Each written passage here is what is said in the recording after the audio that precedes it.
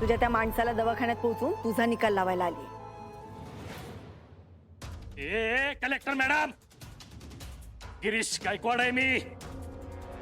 जीजी म्हणतात मला, जीजी.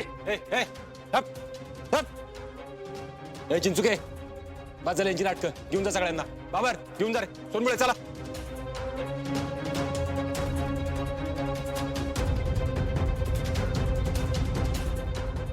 अर्जुन,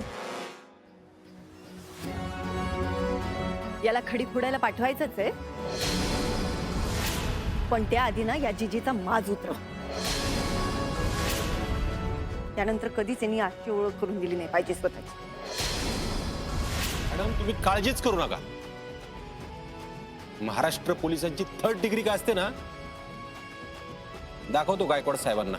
ए बघा, तुम्ही असं करू शकत नाही. बोल. जीजी,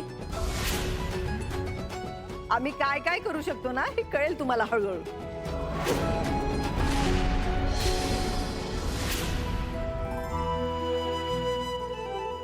मुलांनो, तुमची ताई एकदम सुरक्षित आहे. तुम्ही अजिबात काळजी करू नका. जा आता लवकर. दादा जा, यांना घेऊन जा. अर्जुन, ह्याचा खेळ खल्लास करायचा. हे एवढं सोपं नाही मला अडकवणं. मागच्या वेळेस माझा माणूस फिरला आणि मी सुटलो. यावेळी पण सुटणार. जीजी थांब जरा.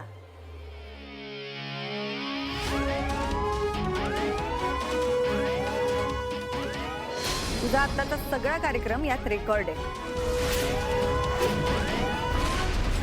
त्यामुळे आता आमच्याकडे पुराव्याची कमतरता नाहीये.